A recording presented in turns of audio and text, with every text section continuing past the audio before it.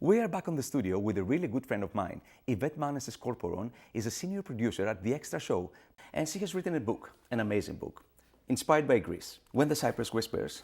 Welcome, καλώς ήρθες. Thank you, Ιβέτ George. Μάνεσης. Ναι, βεβαίως. Ιβέτ Μάνεσης Κόρπορον. How do you feel? Would you like to do it in English or Greek? Whatever you like. I'm Both. comfortable with both. Both. Okay. A little bit of both. Okay, how's life? Life is pretty good, thank you, especially that I'm here with you, my old friend George. We've met so many years ago in Monaco. Yes. And she's Greek, I'm Greek, and we started talking in Greek, and we had a fantastic time over there. And, Greeks find each other no matter where we are. Yes, and you wrote this book. I did. And it's a great job. When the Cypress Whispers, it took you like 5 years. It took me a very long time to write. I have a full-time job and 2 children and very busy like most of us today. So when I decided I wanted to write a book, I did it the only time I could, which was at 4 or 5 o'clock in the morning before I got up and left for work. It is based on a true story. It is, it is. Tell us a story. It is based on the stories that my yaya would tell me about her life in Greece. In the typical Greek-American way, yaya came to live with us after my papu died.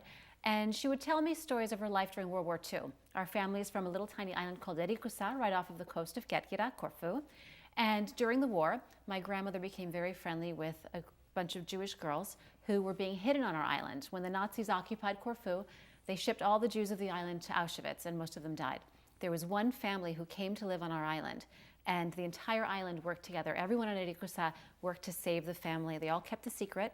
And despite the fact the Nazis said that everyone would be killed if they were found hiding Jews, everyone kept quiet and the family was saved. So this book is inspired by what happened on our island and also just my love for my yaya and our culture. And how you remember all these details? And you wrote this book. I mean, it's a huge book. I did. You know what? There are a lot of details. It's a story that's very rich, not just in what happened on our island during the war, but in Greek heritage and culture. That could be a film. From your mouth to God's ears. Let's hope it'll be a film, one thing at a time. Let's hope the book does well. It is also published in Greece. It's going to be out in the summer. Yes, it'll be out this summer in Greece, which I'm very excited about. Also, 12 other countries. As of now, it's being translated into 13 languages. So it really is kind of the dream come true. Okay, can you write it in Greek? It is being written in Greek. It's being translated for me in Greek, thankfully. Αλήθεια, πώς το κατάφερες? Πώς το κατάφερα? Πουλήθηκε στην Ελλάδα, το διαβάσανε, the editors to Ψυχογιos. And they loved it. And they loved it, and they said they want to publish it in Greece in Greek. So that was very exciting for me. Okay. Did you get emotional while writing it? I've gotten emotional every step of the way, from thinking about it, to writing it, to selling it, to now people reading it. It's incredibly emotional because it's not just a book, it's not just a piece of fiction, it is fiction, but it means so much to me because it is a way for me to honor my family and what happened, and a very small story, actually a very large story that no one knew on our little island. And not just that, it was also about the bigger picture of honoring our culture. You know, growing up, I would look at my yaya and I saw a basically uneducated woman dressed in black who made sarosupa, fish head soup, when I wanted macaroni and cheese and peanut butter and jelly. I wanted to have the American childhood, and I didn't. I had a very Greek-American childhood.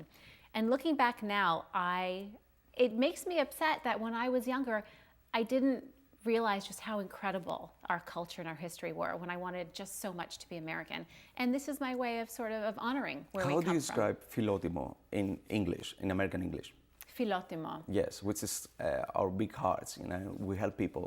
Well, that's what we do, isn't it? Yeah. You know, I mean, my yaya could never make a small dish. It was always a giant pot because it's enough to feed a village. And I think that's just the nature of who Greeks are and how we love. When we love, we love. Yes. Truly, big, and completely.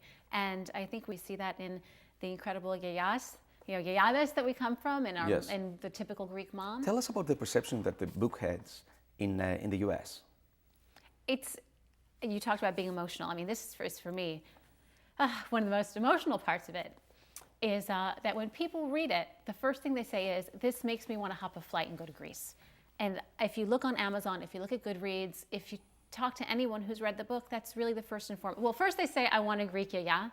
And next they say, I want a family like that. And then they say, I'm booking my trip to Greece. And with what's going on in Greece right now, you know, most of my family is still there, seeing how difficult it is and how they're suffering, to think that a book that I wrote could help inspire people to go there and possibly to bring money into the country and help promote tourism is beyond anything I You promote Greek imagine. tourism in a way. We are promoting Greek tourism because Especially in Corfu. people, again, remember not just the headlines of the economy, but what a beautiful, beautiful country Greece is and what beautiful people Greeks are. Πάμε για ένα διάλειμμα λοιπόν και αμέσως μετά τι λένε οι διάσημοι που έχουν διαβάσει αυτό το βιβλίο.